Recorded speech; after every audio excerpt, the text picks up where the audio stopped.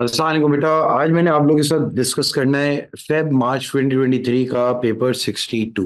ठीक है, Feb March में आपको पता है एक ही वेरिएंट होता है। मैं उस पेपर को पूरे को डिस्कस करना चाह रहा हूँ।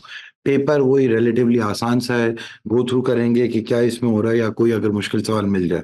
मुझे पर्सनली इतना कोई ऐसा जिसमें कोई टेक्निकल सवाल नजर नहीं आया था, बट स्टिल देखते हैं। अब बेटा इसका जैसे कि गाइस पहला सवाल था हमारा। पहला सवाल कहता है अनीता कैरीड आउट अ सर्वे और 140 randomly selected students at her college। बेटा 140 काउंट है जो इसके सैंपल का। फिर she found that 49 of these students watched a TV program called Bunch। अब बेटा 49 स्टूडेंट्स को एक टीवी प्रोग्राम देख रहे हैं, बाकी नहीं देख रहे ऑब्वियसली।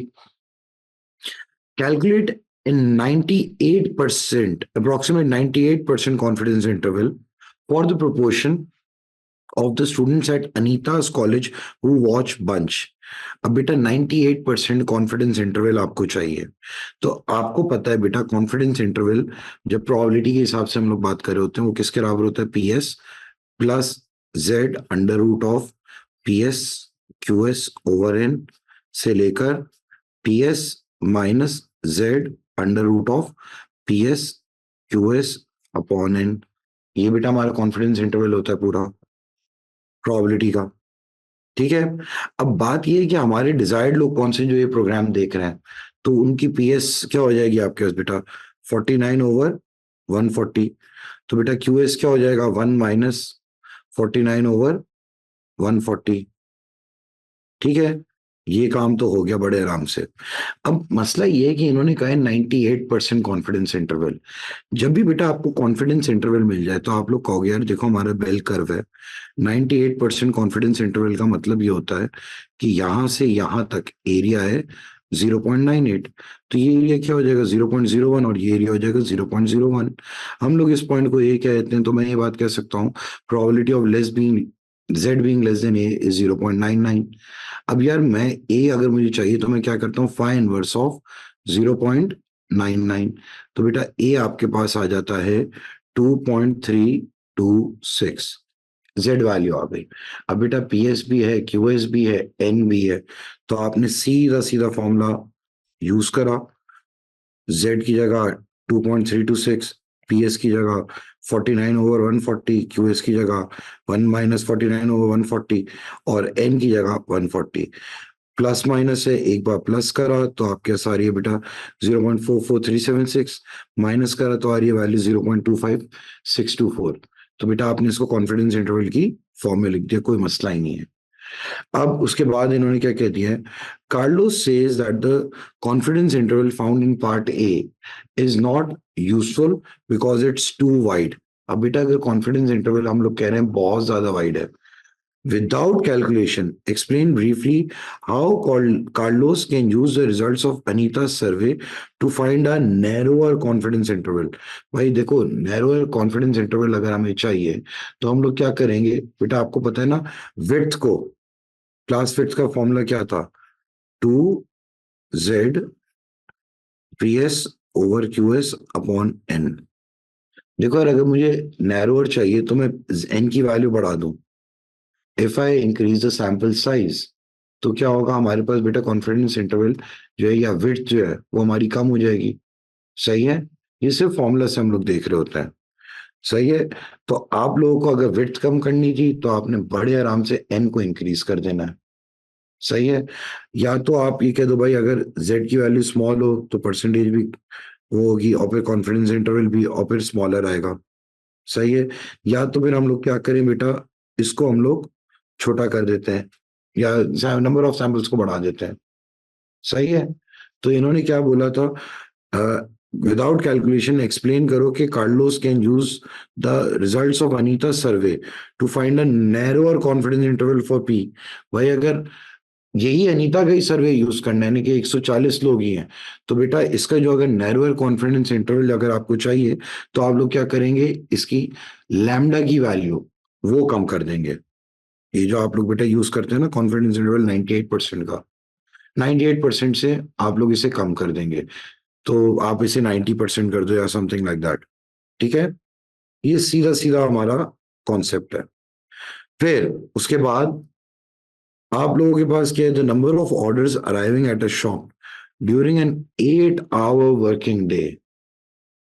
नंबर ऑफ ऑर्डर्स, 8 घंटे का जो शॉप पे काम है, is model by random variable with distribution Poisson. बेटा पोसो डिस्ट्रीब्यूशन है, 8 घंटे में 25.2 ऑर्डर्स आ रहे हैं। अब बेटा number of orders are discrete in nature, सही है, एक कांस्टेंट एवरेज होना चाहिए अगर पोसोनली आप डिस्ट्रीब्यूट कर रहे हो। इनका देखो सवाल क्या है, वो क्या है, state two assumptions that are required for the Poisson model to be valid in the context in this context। बेटा एक तो आपके सेम और वो कांस्टेंट मीन होना चाहिए in this in every particular 8 our period, या तो आपके पास बेटा जो भी ऑर्डर आ रहा है वो पिछले और 8 घंटे के पीरियड से इंडिपेंडेंट होगा। तो हम लोग इसको ऐसे लिख देंगे, orders arrive at constant mean rate, constant mean होता है, and orders arrive independent of one another, independently आ रहे हैं। खत्म हो गई बात। ये पोस्टों की बेटा कंडीशन मैंने लिखवाई थी आपको, और ऐसे आप लोग कई सवाल पहले भी देख चुके हो। फिर उसके बाद क्या बोला है, find the probability that a number of orders that arrive in a randomly chosen 3 our period. देखो ये 25.2 थे 8 घंटे में, तो अब अगर आपको 3 आवर में चाहिए तो आप लोग क्या करेंगे बेटा, 25.2 डिवाइड बाई 8 मल्टीप्लाइड बाई 3, नया लैम्डा निकालोगे, सही है। और वो कितना आ रहा है, 9.45।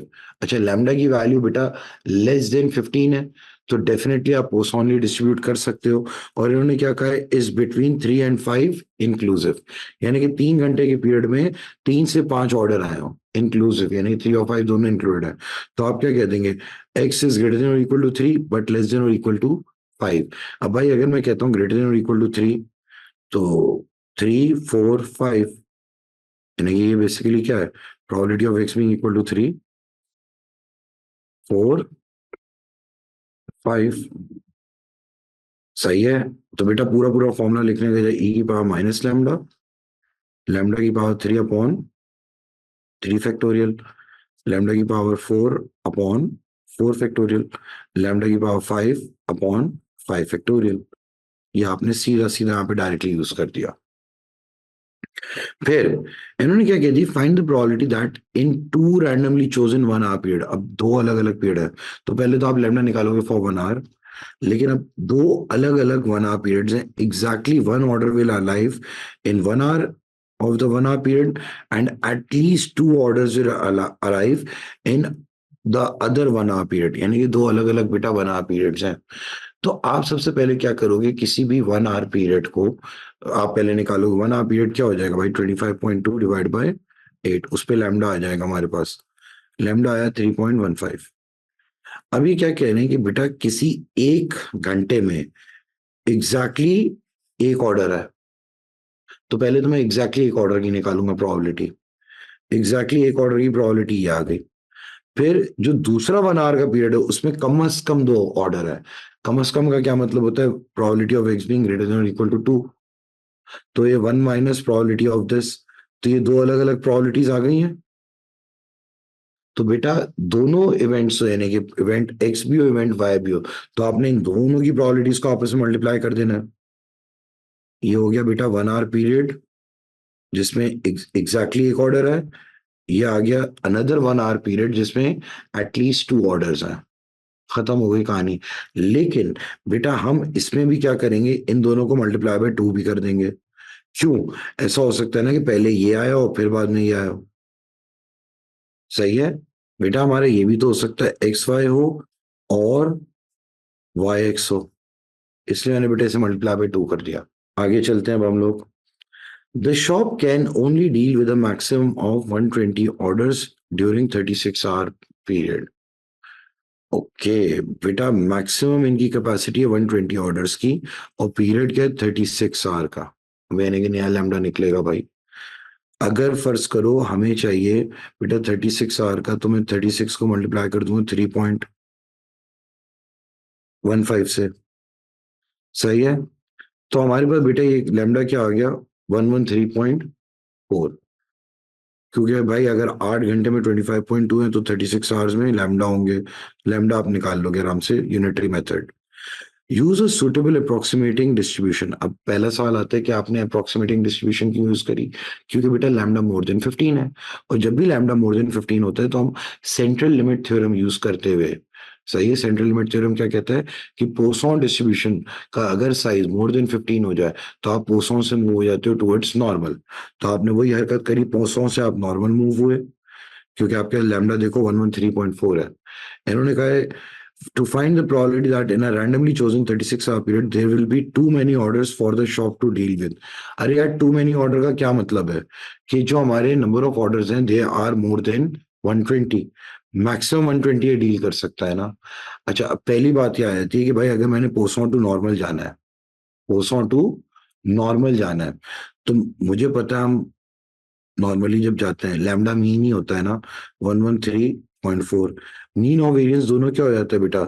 सेम होता है न्यूमेरिकली, सही है। अब इन्होंने क्या कह दिया, शॉप के लिए मसला हो जाए।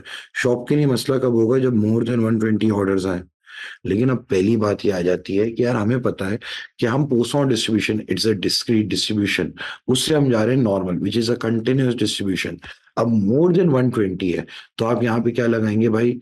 इसको प्लस कर देंगे 0.5, जिसको हम लोग क्या कहते हैं बेटा? कंटिन्यूटी करेक्शन, सही है। ये इसकी कैपेसिटी से ज्यादा है। अब इस पे आएगी क्या बेटा? आपकी जेड वैल्यू। जेड वैल्यू क्या आएगी बेटा? 120.5 x minus mu upon standard deviation. तो बेटा z क्या हो गया हमारा?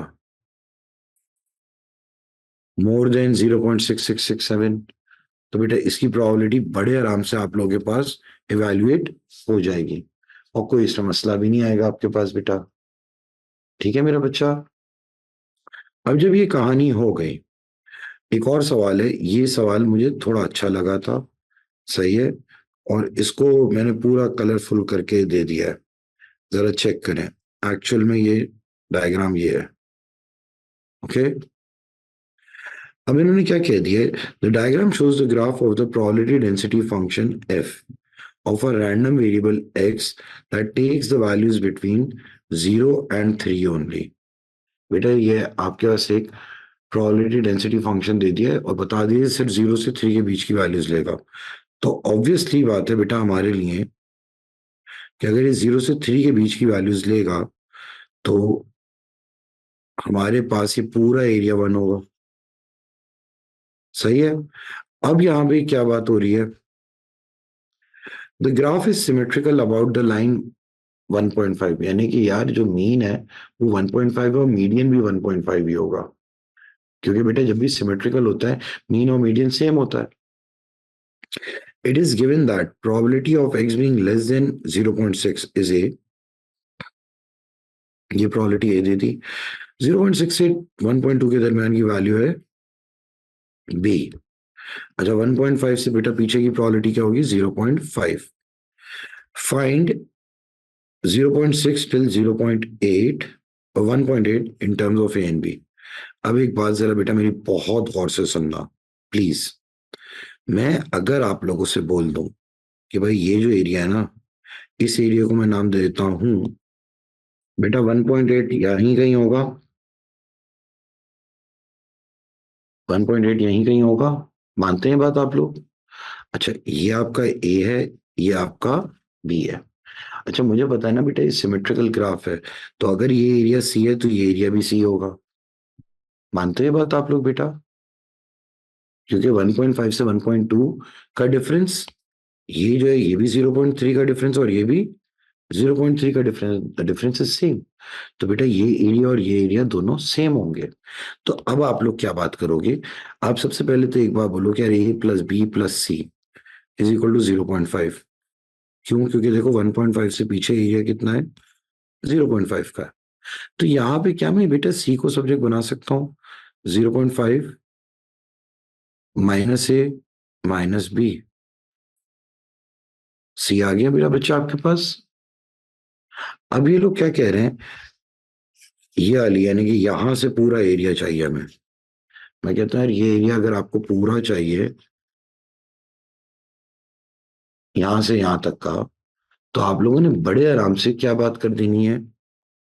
भाई 0.6 से 0.8 ना, तो नहीं बल्कि पूरा नहीं, 0.6 से 1.8 ये चाहिए, सॉरी ये एरिया चाहिए खाली। ठीक है, तो आप लोग क्या बोल लोगे कि भाई बी प्लस सी प्लस सी, फिर बेटा बी तो एज इट इज रहा, सी की जगह मैं क्या लिख दूंगा, 2c।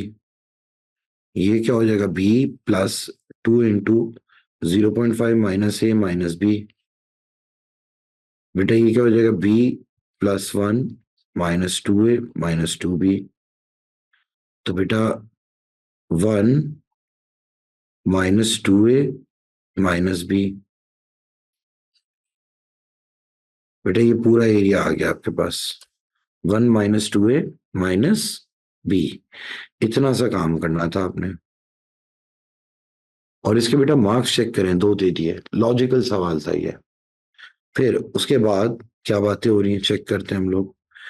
It is now given, अब बेटा अब आपको कुछ चीजें बता दी हैं। It is now given that the equation of the probability density function x is this. बेटा प्रोबेबिलिटी डेंसिटी फंक्शन की आपको इक्वेशन दे दी है, और 0 से 3 दी है, k है। अब ये क्या कह रहे हैं, शो करो कि k की वैल्यू 10/81 है। अरे यार मुझे इतना पता है कि भाई प्रोबेबिलिटी डेंसिटी फंक्शन है तो इसका पूरा एरिया 1 होगा। तो if I integrate this function from 3 till 0, kx² 3 minus X whole square dot dx, ये पूरा एरिया 1 के बराबर होगा। सही है बेटा, मैं इसे डायरेक्टली तो इंटीग्रेट कर नहीं सकता, मैंने पहले तो k को बाहर फेंक दिया यार। ठीक है, 3 0, x² बेटा मल्टीप्लाई होगा 9 माइनस 6x प्लस x² से। बेटा k 3 0, 9x² minus 6x³ plus x⁴ dot dx is equal to 1। बेटा k 9x³ upon 3 minus 6x⁴/4 plus x⁵ upon 5, 3 0 is equal to 1। बेटा आपने बड़े आराम से वही वैल्यू सब्स्टिट्यूट करी, लिमिट्स लगाई, और आपके पास बेटा k की वैल्यू शो हो गई। फिर उसके बाद इन्होंने क्या कह दिया, वेरिएंस निकालो। देखो once you have the value of k, variance अगर आपको चाहिए हो तो बेटा वेरिएंस का भी मैंने आप लोगों को फॉर्मूला पढ़ाया था भाई। वेरिएंस का फॉर्मूला क्या होता था, लिमिट्स लगाओ 3 से 0, एफ ऑफ एक्स, यानी कि जो भी आपका फंक्शन है, आपने इसको पूरे को x² से मल्टीप्लाई करना होता है, 3 0 x² dot F of x minus जो भी आपकी एक्सपेक्टेड वैल्यू निकली है उसका स्क्वायर। अच्छा, in this particular case the expected value was 1.5, पहले हमने निकाली थी। तो बेटा मुझे एक बात बताएं, इसमें भी कोई मसला आप लोगों को नहीं हुआ होगा? सही है मेरा बच्चा?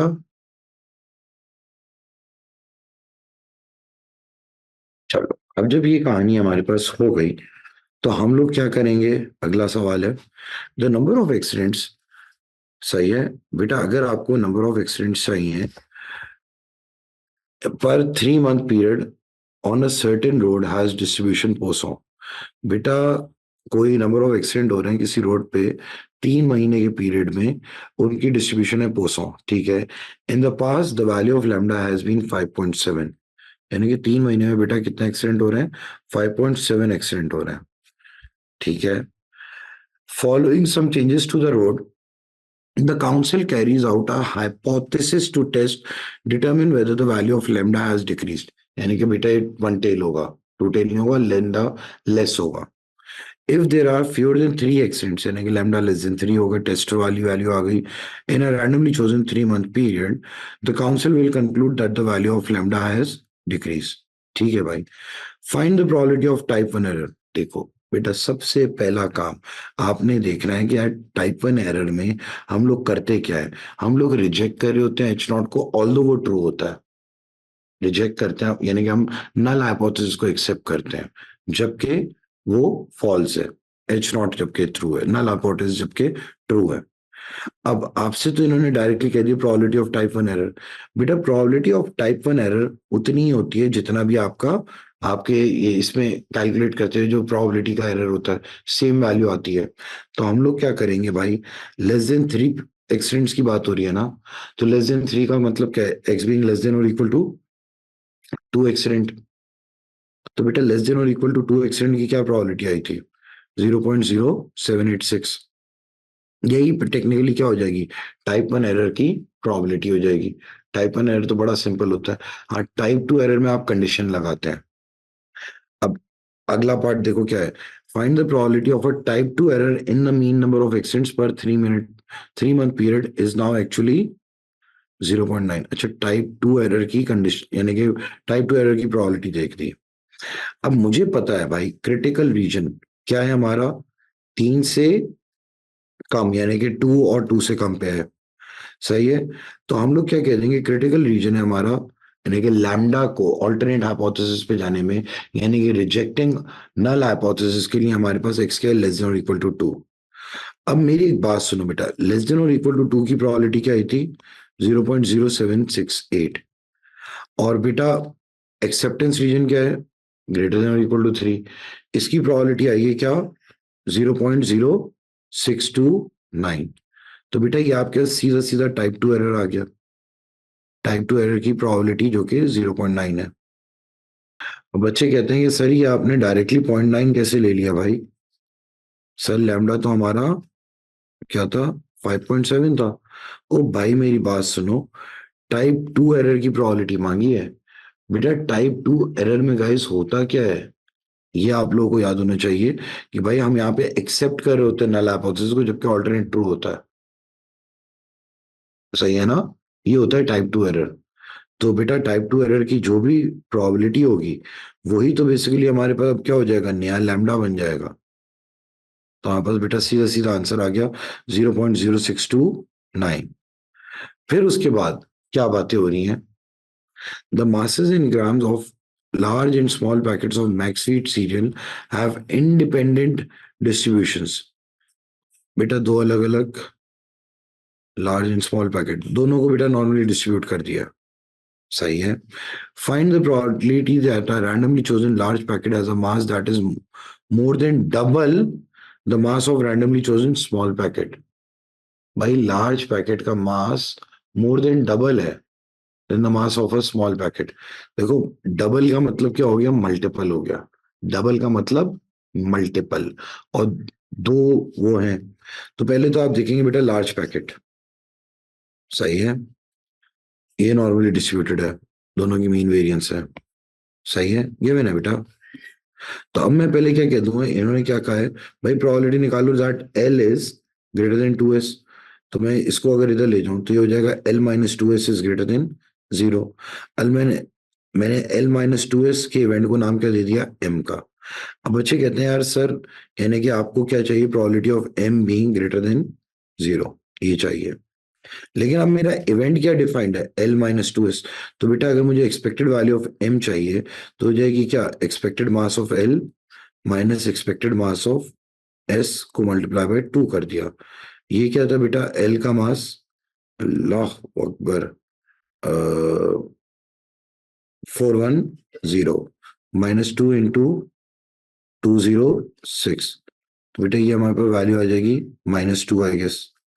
फिर हम बात करते हैं वेरिएंस की, वेरिएंस। तो बेटा अगर मैं वेरिएंस की बात करूं एम के, तो बेटा सब्ट्रैक्ट हो रहे हो या ऐड हो रहे हो, वेरिएंसेस हमेशा ऐड होती हैं। तो हम इसे क्या कह देंगे यार, variance of L plus double है ना, 2 का square of variance of S. तो बेटा वेरिएंस ऑफ एल क्या है, 3.6 का स्क्वायर। और बेटा ये क्या हो जाएगा, 4 इंटू 3.7 का स्क्वायर। तो बेटा बड़े आराम से कंप्लीट वेरिएंस भी आ गई। जब इवेंट एम, अब हमारा बेटा जो डिफाइन हुआ है इवेंट एम हमारा नॉर्मली डिस्ट्रीब्यूट हो गया है विद मीन -2 एंड वेरिएंस 67.72। बेटा एम बीइंग ग्रेटर देन 0 है, तो x minus mu upon standard deviation. सही है। इज इक्वल टू, फिर आपकी प्रोबेबिलिटी निकल आई तो कोई मसला नहीं। अब बेटा जब ये सवाल हो गए 5 नंबर दे दिए, इसका अब अगला पार्ट क्या है? The packets are now are placed in boxes. Packets को बेटा हमने डब्बों में रखा है। The boxes are identical in appearance. ठीक है यार। 60% of the boxes contain exactly 10 randomly chosen large packets. अब ये काउंट है, ये काउंट है, 10 अलग अलग रखे हैं। सही है। 60% of the boxes containing exactly 10 randomly chosen large packets and 40% of the boxes containing exactly 20 randomly chosen small packets. ठीक है भाई, काउंट है, याद रखना।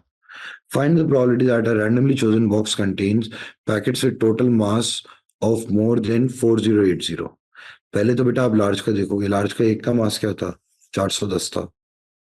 तो बेटा इसका लार्ज का जो कार्टन है पूरा, वो क्या हो जाएगा बेटा? 410 इंटू 10। ये बेटा एल वॉज नॉर्मली डिस्ट्रीब्यूटेड ना बाय 410। एल हमारा नॉर्मली डिस्ट्रीब्यूटेड था क्या? 410 एंड 3.6 का स्क्वायर। तो आपने बेटा एक इवेंट एक्स को क्या नाम दे दिया? ये 10 डब्बे जो हैं, लार्ज पैकेट्स जो हैं, 10 लार्ज पैकेट्स। तो एक्स नॉर्मली डिस्ट्रीब्यूट हो गया। फिर मैं अगर वाई की बात करूं, स्मॉल पैकेट्स 20 स्मॉल पैकेट है। बेटा हमारा एस पहले नॉर्मली कैसे डिस्ट्रीब्यूटेड था? एस का मीन मास था 206 और वेरिएंस थी 3.7 का स्क्वायर। तो अगर बेटा 20 पैकेट हो गए, काउंट है, तो वाई भी हमारा डिफाइन हो गया। इन्होंने क्या कह दिया है? प्रोबेबिलिटी निकालो that a randomly chosen box contain packets with a total mass of more than 4080। अब भाई मेरी बात सुनो, पहले आप इसमें लार्ज में देखो कि क्या प्रोबेबिलिटी है 4080 की। लार्ज में प्रोबेबिलिटी क्या ही है 4080 से ज्यादा की? 0.9605। और स्मॉल में बेटा 4080 से मास ज्यादा होने की क्या प्रोबेबिलिटी है? 0.9921। अब यार ऐसा हो सकता है कि लार्ज में भी ज्यादा हो, लार्ज और फिर स्मॉल दोनों में ज्यादा हो, या तो फिर ऐसा हो सकता है स्मॉल में ज्यादा हो फिर लार्ज में ज्यादा हो, या तो ऐसा हो सकता है लार्ज में भी ज्यादा हो और फिर उसमें भी ज्यादा हो। तो बेटा हमने क्या कर दिया? एक्स की प्रोबेबिलिटी 0.6 0.4, डब्बा उठाने की है ना। तो आप लोगों ने क्या हरकत कर दी? एक्स डब्बा उठाया और ज्यादा वाला मास आ गया, वाई डब्बा उठाया और ज्यादा मास वाला आ गया। क्योंकि बेटा डब्बे उठाने की भी तो प्रोबेबिलिटी है ना, सेम प्रोबेबिलिटी पे नहीं है दोनों। कोई परेशानी है यहाँ पे किसी को? ये देखो बेटा, कार्टन उठाने की भी स्टार्टिंग में प्रोबेबिलिटी दी है। 60% of the boxes contain exactly 10 randomly chosen. और फिर बेटा 40% ऑफ द बॉक्सेस। अब बेटा इसका आखिरी सवाल क्या है? जरा आखिरी सवाल देख लें। इसी पेपर में देखो सिर्फ 6 सवाल आए हैं और बड़े सिंपल से आए हैं। Last year the mean time taken by students at a school to complete a certain test was 25 minutes. Mean time है भाई 25 minute. Akash believes that the mean time taken by this year's students was less than 25. अब आकाश का belief है कि अब time कम हो गया है 25 मिनट से। In order to test this belief, he takes a large sample of this year's students and he notes that the time taken by each student. He carries out the hypothesis test at 2.5 significance level for the population mean time mu minutes. Akash uses null hypothesis of this. Give one reason why Akash should use one tail test. ओ भाई one tell इसलिए क्योंकि उसका believe क्या है कि less हो गया है। सही है, इसीलिए वन टेल यूज होगा। अब देखो ना इस बंदे की कहानी क्या है, जरा सुनना। भाई मीन टाइम है, सही है, जो कि हम लोग 25 कह रहे हैं। बंदे का सिग्निफिकेंस लेवल क्या है? 2.5% का है, यानी कि ये क्या है? 2.5%। तो बाकी क्या हो गया? वन टेल है ना यार। तो यहाँ पे इसकी कोई ना कोई करस्पॉन्डिंग जेड वैल्यू होगी। अब वो जेड वैल्यू निकाल सकता हूँ, मैं निकालता हूँ। Akash finds the value of test statistics. Test statistic की तो वैल्यू आई है -2.02। सही है, लेकिन इसकी जेड वैल्यू क्या आई है? 2.5% के सिग्निफिकेंस लेवल पे -1.96, जबकि टेस्ट स्टेटिस्टिक यहाँ पे लाई कर रहा है -2.02। अरे यार, अगर टेस्ट स्टेटिस्टिक ऑल्टरनेट हाइपोथेसिस वाले रीजन में लाई कर रहा है, इसका क्या मतलब है? That we are going to reject the null hypothesis and we are going to accept the alternate hypothesis and we are going to say that at 2.5% significance level, null hypothesis is rejected and the mean time of the students completing the test paper have reduced from 25 minutes. हम ये बात लिख के खत्म कर देंगे. Reject null hypothesis, sufficient evidence to support Akash claim that the mean time is less than 25. क्योंकि देखो, टेस्ट स्टैटिस्टिक की जो वैल्यू आई है वो आई है -2.02. सही है, और हमारी जो उसके हिसाब से जो आई थी 2.5% के सिग्निफिकेंस लेवल से, वो आई थी -1.96. अब आगे जरा बातें करते हैं हम लोग थोड़ी सी. In a one-sided tailed hypothesis test, the Z value was found to be 2.14. अब यार, ये तो Z वैल्यू पॉजिटिव में आई है और इन्होंने कहा वन टेल है, यानी कि आगे की तरफ है. Given that this value would lead to the rejection in null hypothesis at alpha percent significance level. Again, find the set of possible values of mu. यार मेरी एक बात सुनो बेटा, वन टेल है, 2.14 से आगे की हम क्या प्रोबेबिलिटी नहीं निकाल सकते गाइस? 2.14 से आगे की अगर आपको प्रोबेबिलिटी चाहिए तो वो क्या आ जाएगी?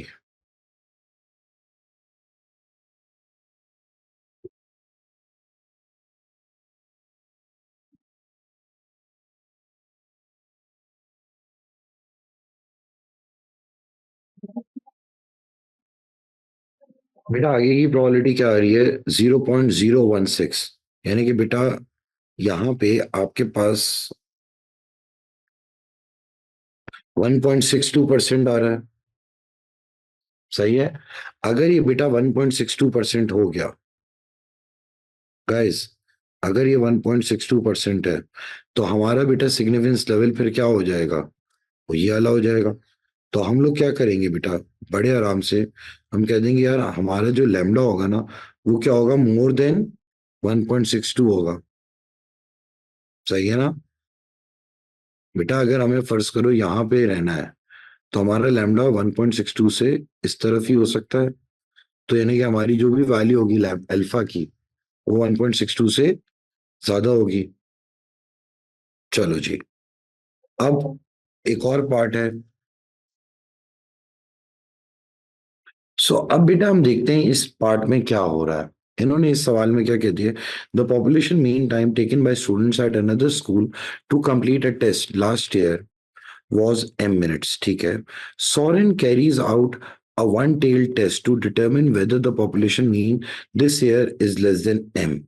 Using a random sample of 100 students, ठीक है, सिर्फ 100 students हैं, he assumes that the population standard deviation of the times is 3.9 minutes. ठीक है भाई.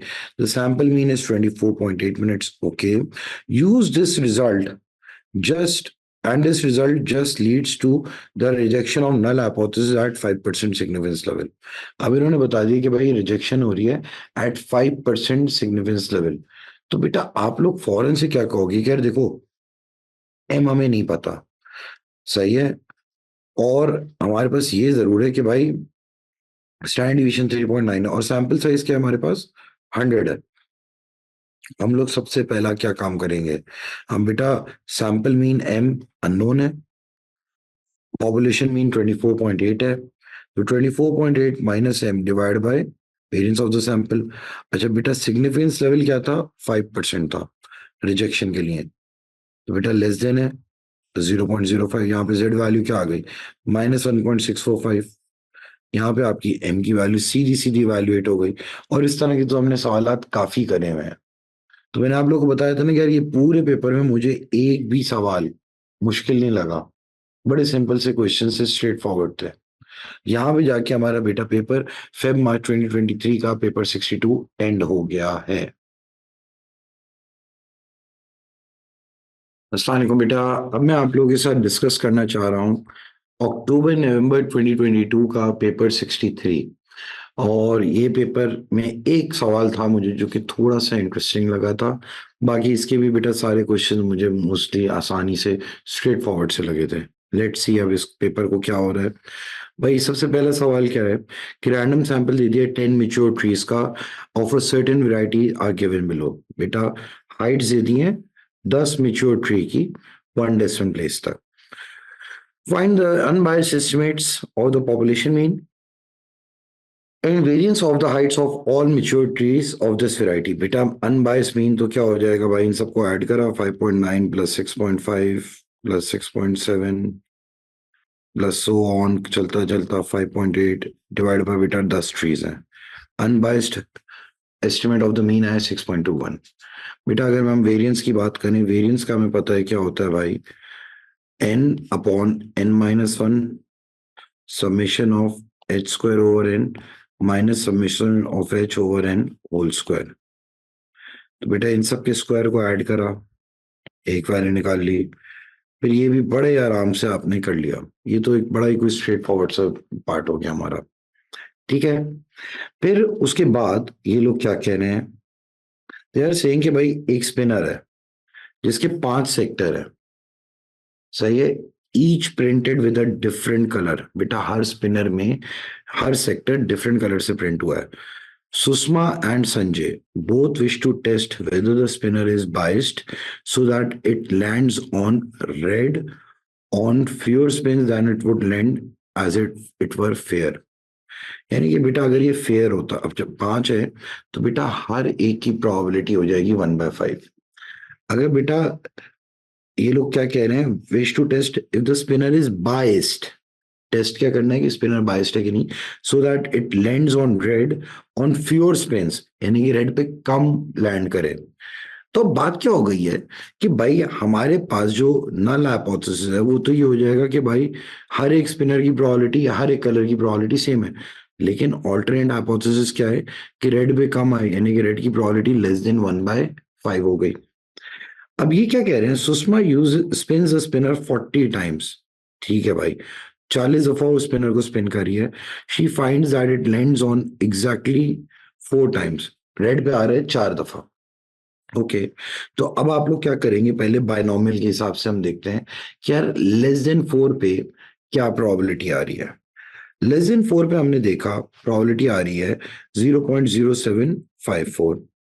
और बेटा बात क्या है, सिग्निफिकेंस लेवल था हमारा 5%। देखो यहाँ पे मैं पता है ऐसी सिचुएशन में हमें ट्रायल एंड एरर करना होता है।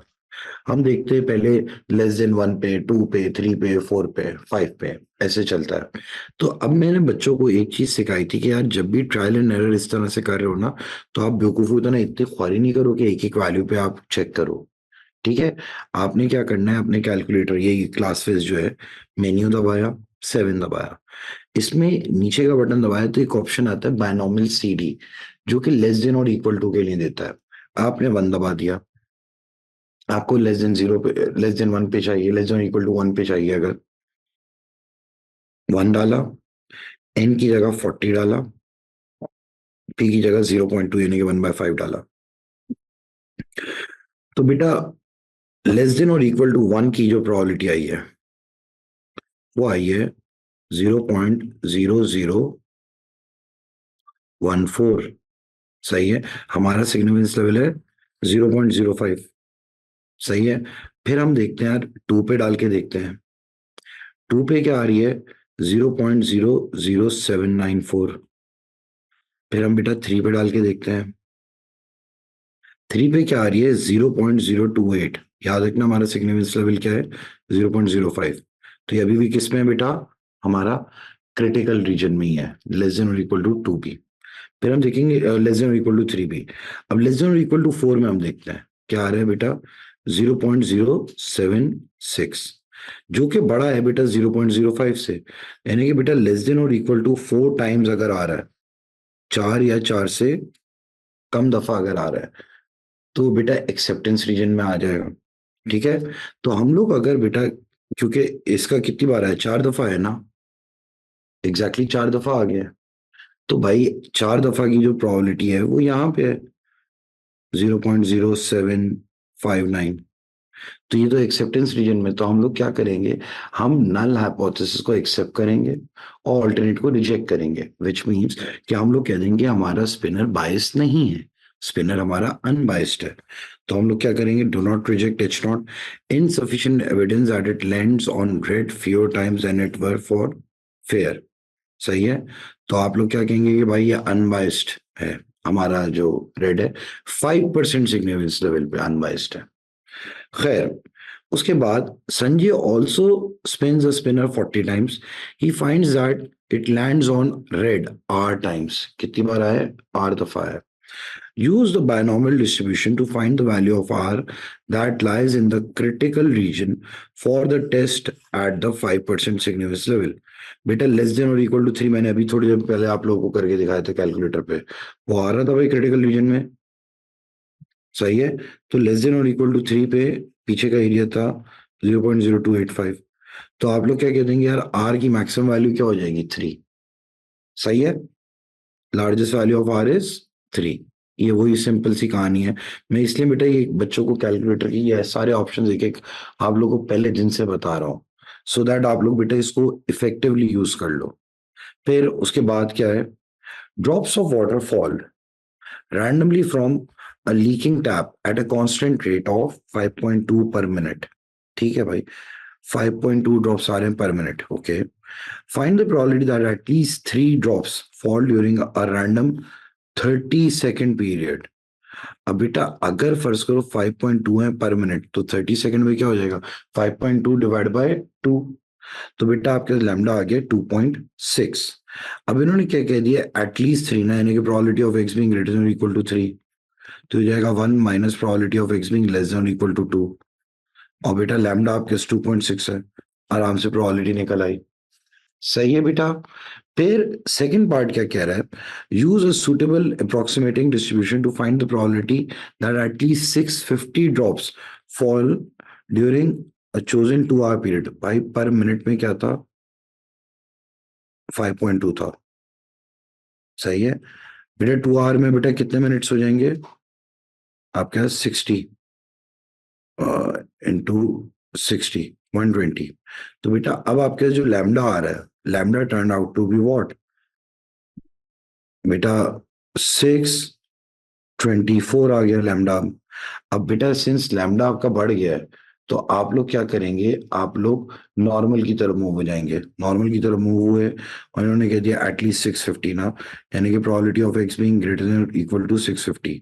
लेकिन बेटा देखो, पोसॉन डिस्ट्रीब्यूशन डिस्क्रीट है और हम लोग बेटा कंटिन्यूस नॉर्मल की तरफ गए हैं, तो हम इसमें क्या करेंगे, माइनस कर देंगे। यानी कि 649.5 से ज्यादा की प्रोबेबिलिटी चाहिए। बेटा इस पे जेड वैल्यू क्या आ जाएगी, 649.5 माइनस मीन क्या है तुम्हारा 624, वेरिएंस भी 624 ही होगी। तो बेटा आप आराम से इसकी प्रोबेबिलिटी निकाल के कहानी को खत्म कर लेंगे। यानी कि ये वाला सवाल बेटा 7 नंबर फ्री के थे। अब बेटा अगला पार्ट क्या है, अगला सवाल है, each month a company sells X kg of brown sugar and Y kg of white sugar. बेटा हर महीने कंपनी जो है ना X kg ब्राउन शुगर बेच रही है और Y kg white sugar, where X and Y have independent distributions. X और Y दोनों की इंडिपेंडेंट दे दी है। Find the mean and standard deviation of the total amount of sugar that company sells in 3 randomly chosen months. बेटा 3 महीने है, तो एक काउंट हो गया ना ये। तो हर महीने का अगर मैं मीन और वेरिएंस निकालूं, तो पहली तो बात यह है कि भाई पहले ही महीने में किसी भी एक महीने में x+y हो जाएगा इवेंट, मैं इसको कह देता हूं p। ठीक है।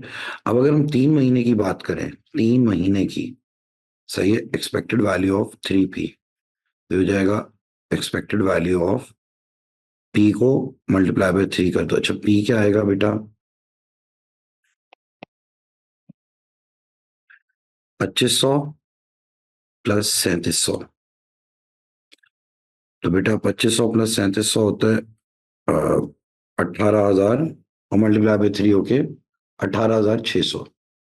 अच्छा वेरिएंस यहाँ पे हम लोग बेटा 3 से ही मल्टीप्लाई करेंगे हर एक वैल्यू को। क्यों, यहाँ पे 3 के स्क्वायर से क्यों नहीं मल्टीप्लाई कर रहे, क्योंकि बेटा 3 अलग अलग मंथ है, ये काउंट है, मल्टीपल नहीं है। तो इसलिए बेटा आपके पास वेरिएंस क्या आ गई, 93,900। इन्होंने मांगी क्या थी, स्टैंडर्ड डिविएशन ना, तो रूट कर दिया आपने 93,900 का, which is 306।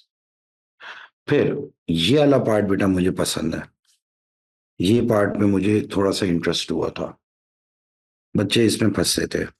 The company makes a profit of $1.5 पर केजी। हर किलो पे ब्राउन शुगर के इन्हें प्रॉफिट हो रहा है $1.5 and makes a loss of $0.2 पर केजी ऑफ व्हाइट शुगर। इन्हें व्हाइट शुगर पे इन्हें लॉस हो रहा है $0.2 का। अब जितना ज्यादा केजी बेचेंगे उतना लॉस मल्टीप्लाई होगा, तो यहाँ पे बेटा 0.2 और 1.5 मल्टीपल है। अब इन्होंने मांगा क्या है, find the probability that in a randomly chosen month the total profit is less than $3,000।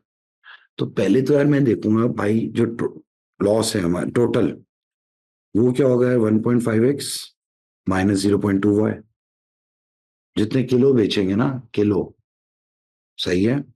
अब बेटा एक्स का कितना केजी बेचा था, 2,500, वाई का कितना किलो बेचा था, 3,700। लेकिन बेटा अगर हम वेरिएंस की बात करें तो वेरिएंस में तो 1.5 का स्क्वायर हो जाएगा और 2 का स्क्वायर हो जाएगा, क्लियर है। तो बेटा टोटल प्रॉफिट का भी मीन कॉस्ट आ गई, उसकी वेरिएंस भी आ गई। तो इन्होंने कह दिया था कि हमारा टोटल प्रॉफिट लेस देन 3,000 है, तो आपने टी बीइंग लेस देन 3,000 कर दिया, सही है। अगला सवाल क्या है, जिस पेपर में 7 सवाल है। A builders merchant sells stones of different sizes, ठीक है भाई। The masses of size A stones have standard deviation 6 gram. The mean mass of random sample of 200 size A stones is 45 gram. यानी कि 200 sample है हमारे पास, उसका mean आया है 45 ग्राम, ठीक है। स्टैंडर्ड डिवीजन है 6 gram, okay. Find 95% confidence interval for the population of mean mass of size A stones. अब भाई अगर 95% कॉन्फिडेंस इंटरवल पे हम बात कर रहे हैं, बेटा 95% कॉन्फिडेंस इंटरवल का मतलब ये है कि अगर ये 95% है तो ये 2.5% और ये 2.5% है, तो बेटा इसका एरिया क्या हो गया 0.025, ये भी एरिया हो गया 0.025। तो मैं यहाँ पे अगर जेड वैल्यू ए कह दूं तो probability of Z being less than A क्या हो जाएगा 0.975। तो बेटा ए क्या आ जाएगा यार, फाइव इनवर्स ऑफ 0.975।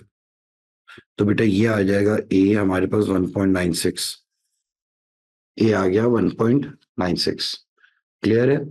अब इन्होंने क्या बोला था कि भाई फाइंड अ 95% कॉन्फिडेंस इंटरवल, आपको 95% कॉन्फिडेंस इंटरवल यानी कि रेंज चाहिए। तो इसमें बेटा कॉन्फिडेंस इंटरवल के लिए मैंने आप लोगों को क्या बताया था, mean plus minus Z sigma square over N, ठीक है। बेटा मीन हमारा क्या आया था यार 45 प्लस माइनस 1.96, सही है। और बेटा 6 का स्क्वायर अपॉन 200 है, तो बेटा आपके पास कॉन्फिडेंस इंटरवल आ जाएगा 44.2 से 45.8, बड़े आराम से 95। यानी कि यार हमारे 200 स्टोन्स में से, सही है, 95% जो स्टोन्स होंगे उनका वेट बेटा 44.2 ग्राम से 45.8 ग्राम है। इसका ये मतलब होता है, कभी कभी अंग्रेजी में लिखने को बोल देते हैं, अभी नहीं पूछा लेकिन हो जाता है। अब अगला पार्ट क्या है, the masses of size B stones have standard division 11 gram. अब बेटा स्टैंडर्ड डिवीजन बढ़ गई है यूजिंग अ रैंडम, अच्छा सैंपल साइज अभी भी 200 ही है। An alpha confidence interval for the population mean mass is found to have width 4 gram। बेटा width का मैंने आप लोगों को क्या फॉर्मूला बताया था, 2z sigma over root N, यही बताया था। तो भाई अब अल्फा है हमारा कॉन्फिडेंस इंटरवल, विड्थ इन्होंने क्या दे दिया 4 ग्राम, तो बेटा 4 is equal to 2z sigma over, sigma हमने लिख दिया 11 और रूट ऑफ 200। तो बेटा यहाँ पे z वैल्यू क्या आई 2.571। अरे भाई अगर 2.571 है हमारी z वैल्यू, तो यहाँ पे भी 2.571 होगी, यहाँ पे भी -2.571 होगी। तो अब मैं देखूंगा 2.571 से पीछे का एरिया कितना होता है, ताकि मुझे आगे का पता चल जाए। मैंने क्या हरकत करी, menu menu 7 normal CD, lower की जगह रख दिया -10,000, या बल्कि अगर मैं चाहूँ ना तो मैं दोनों के बीच का भी निकाल सकता हूँ, -2.571, अपर की जगह 2.571, बीच का एरिया हमारा कितना है बेटा, ये एरिया आ गया हमारा 0.9898, सही है। तो बेटा आप इसे 1 में से अगर माइनस कर दोगे और डिवाइड बाय 2 कर दोगे तो दोनों साइड्स का एरिया आ जाएगा, सही है बेटा।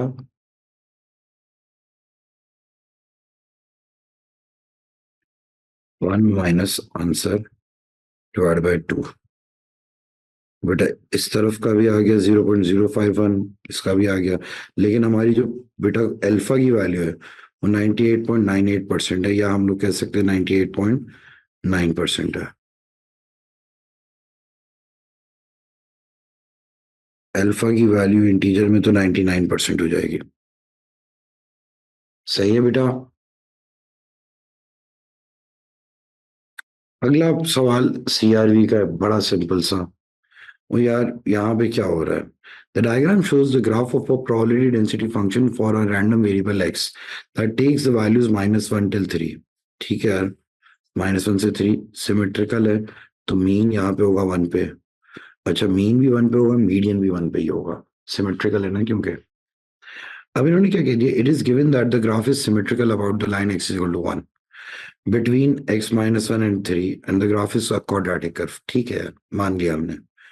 इन्होंने क्या कह दिया है, the random variable s is such that expected value of s is 2 times expected value, यानी कि बेटा 2 into 1, ये s क्या हो गया हमारे पास, 2 हो गया, एंड वेरिएंस ऑफ s, अब बेटा अगर मुझे इसकी वेरिएंस की जहां तक मैं बात करूं तो बेटा variance of s is equal to variance of x, कोई मसला ही नहीं है भाई। On the grid below, sketch a quadratic graph of the probability density function of S। दोनों की बेटा वेरिएंस सेम है, तो दोनों का स्प्रेड भी सेम रहेगा। तो भाई अगर ये चला था -1 से 3, -1 से 3 4 यूनिट चला था, तो दूसरा वाला ग्राफ भी 4 यूनिट ही बनेगा ऐसे। लेकिन बात क्या है, उसकी एक्सपेक्टेड वैल्यू तो है 2, तो इसकी पीक बनेगी बेटा 2 पे। तो अब आपने बेटा 2 यूनिट पीछे, 2 यूनिट आगे, तो हमारा ग्राफ कहां से कहां तक का बन रहा है, 0 से 4 का बन रहा है, कोई परेशानी यहां तक नहीं होगी।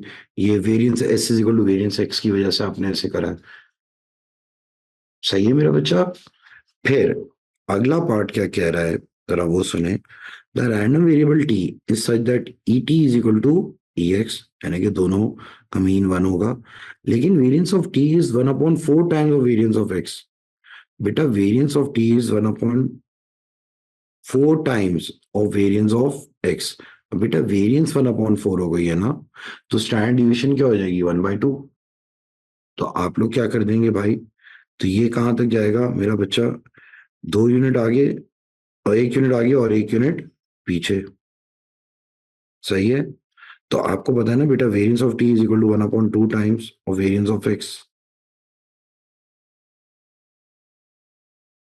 अच्छा बेटा, एक छोटी सी गलती हुई है यहाँ पे, बच्चे ने लिखा गलत है।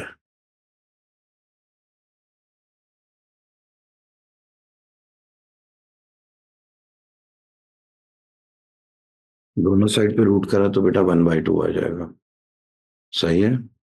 एक छोटी सी मिस्टेक है, लॉजिकल बातें है ना बेटा, मैं इसलिए आप लोगों के साथ थ्योरी और लॉजिक की ज्यादा बात कर रहा होता था। इस तरह के लोग सवाल पूछेंगे आपसे, ठीक है बेटा। फिर उसके बाद, अच्छा ऑब्वियसली बेटा मैंने इसकी हाइट क्यों बढ़ाई, क्योंकि जब स्प्रेड कम हो गया, एरिया 1 रखना है, तो मुझे हाइट बढ़ानी पड़ेगी, सही है बेटा। ये भी एक बात याद रखना। और अगर पिछले ग्राफ की हाइट थी बेटा, फर्ज करें 0.375,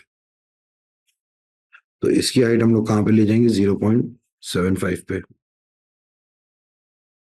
अच्छा अब बातें सुने जरा, एक फंक्शन दे दिया है क्वाड्रेटिक, सही है, एन शेप्ड, लिमिट्स भी दे दी है -1 से 3। अरे तो यार ऑब्वियस सी बात है।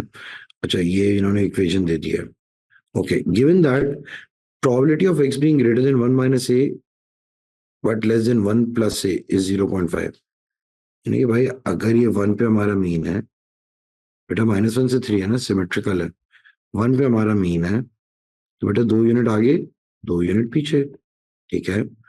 1 प्लस ए डेफिनेटली आगे होगा। ये एरिया और ये पूरा इंक्लोज्ड एरिया 0.5 है, तो बेटा क्या मैं ये बात कह सकता हूँ क्या इतना सा एरिया क्या होगा 0.25 होगा, और ये भी एरिया क्या होगा 0.25 होगा। मानते हैं बात? चलो परफेक्ट। अब ये लोग क्या कह रहे हैं कि भाई ये फंक्शन हमारा कहां से कहां तक है, -1 से 3, सही है। तो अगर फर्ज करो, और से सुनना बेटा, अगर ये 0.25 है तो गाइज ये भी 0.25 होगा, ये पूरा तो 0.5 ही है ना ये फर्स्ट हाफ। तो अगर मैं बेटा लिमिट्स लगा दूं 3 से लेकर 1 प्लस ए तक, तो ये एरिया होना चाहिए 0.25, सही है बेटा, ये एरिया होना चाहिए 0.25, सही है। अब बेटा अगर ये आपका एरिया 0.25 आ गया, आपने लिमिट्स अप्लाई करी, 1 प्लस ए लिखा, 0.25 के बराबर रखा, तो जैसे आपने सॉल्व करा तो आपके पास बेटा एक इक्वेशन बन के आ गई, सही है। इसमें किसी भी बच्चे को कोई मसला नहीं होगा, सही है। सिंप्लीफाई कर रहे हैं ना ये तो मैंने खाली। अब इन्होंने क्या कह दिया है, हेंस वेरीफाई कि भाई ए की वैल्यू 0.69 से 0.7 के बीच में, तो भाई आप अपनी एक इक्वेशन बना दोगे, y is equal to A cube minus 12a plus 8। एक बार आप बेटा a की जगह डालोगे 0.69 का क्यूब 0.69, ये याद है जैसे आप लोग आइट्रेशन में करते थे, और एक बार 0.70 का क्यूब माइनस 12 इंटू 0.7 प्लस 8, तो एक वैल्यू बेटा ग्रेटर देन 0 आएगी और एक वैल्यू लेस देन 0 आएगी, विच मीन्स कि इन दोनों के बीच में कहीं पे एक ही वैल्यू है। ये कॉन्सेप्ट आप लोगों ने कहाँ पे पढ़ा है साइन चेंज का, आइट्रेशन में। अब बेटा इस पेपर का जो हमारा आखिरी सवाल है वो क्या है, in the past Lakshmi's time in minutes for her journey to college had mean of 32.5 and standard deviation of 3.1। Lakshmi का मीन टाइम और स्टैंडर्ड डिवीजन है। After a change in her route, Lakshmi wishes to test whether the mean time has decreased. अब यानी कि one tail test होगा जब भी होगा। पहले मीन था 32.5, तो बेटा नल हाइपोथेसिस क्या हो गया, मीन है हमारा 32.5। ऑल्टरनेट हाइपोथेसिस क्या हो जाएगा, मीन इज लेस देन 32.5, ठीक है भाई। Decrease, she notes her journey times for a random sample of 50 journey, 50 journeys हैं, सैंपल साइज आ गया, and she finds that the sample mean is 31.8। अब बेटा आप 31.8 से लेस देन का टाइम निकाल सकते हैं। You should assume that the standard deviation remains unchanged, ठीक है। Carry out hypothesis test at 8% significance level. बेटा अब अगर मैं 8% सिग्निफिकेंस लेवल पे हूँ, 0.08, 0.92, ये हमारा नल, ये रहा हमारा ऑल्टरनेट। तो मैं एक काम करूंगा, प्रोबेबिलिटी निकाल लूंगा लेस देन 31.8 पे। यार लेस देन 31.8 पे प्रोबेबिलिटी क्या आ रही है, प्रोबेबिलिटी छोड़ो, जेड वैल्यू क्या आ रही है 1.597। बेटा 8% पे क्या होती है 1.405, बेटा 8% यानी कि 0.92 से पीछे, वो 0.08 से पीछे का जेड वैल्यू क्या है 1.405, और हमारी यहाँ पे जेड वैल्यू क्या आ रही है 1.5 यानी कि यहाँ पे आ रही है। तो बेसिकली हम लोग तो क्रिटिकल रीजन में टेस्ट स्टैटिस्टिक पे। Carry out hypothesis test in this of whether Lakshmi mean journey time has decreased. अब बेटा अगर आपको बेटा जर्नी टाइम का वो चाहिए, तो आप लोग क्या कह देंगे, भाई ये टाइप 1 एरर है, इसलिए हम लोग रिजेक्ट कर रहे हैं H nought. There is sufficient evidence that the population mean time has decreased. हम लोग क्या कह देंगे, भाई मीन टाइम हमारा डिक्रीज हुआ है। अगर हम लोग एरर भी करेंगे तो कौन सा करेंगे, टाइप 1, ऐसे मांगा नहीं था। Later Lakshmi carries out a similar test when the same hypothesis at the 8% significance level using another sample size of 50, ठीक है। Given that the population mean is now 31.5, अच्छा find the probability of type 2 test. यार type 2 test चाहिए ना। आप पहले क्या करेंगे बेटा, 31.9 से ज्यादा। बेटा आपने क्या हरकत करी कि भाई हमारा सैंपल मीन तो आ रहा है 31.9 से ज्यादा का हमने देखना है, सही है। अब आप लोगों ने क्या करा बेटा, एक्सेप्टेंस रीजन हमारे यहीं पे था -1.405 पे, जो कि 8% था। तो आपने z की वैल्यू निकाली 31.9 minus 31.5 divide by 3.1 upon root 50। तो बेटा इसकी प्रोबेबिलिटी क्या आ रही है, 0.191। अक्टूबर नवंबर 2022 का पेपर 63 हो गया। ठीक है मेरा बच्चा। अब हम लोग इंशाल्लाह नेक्स्ट क्लास में यानी कि जो कि कल ही है, अक्टूबर नवंबर 2022 का पेपर 61 और 62 करेंगे। चले बेटा, अल्लाह हाफिज।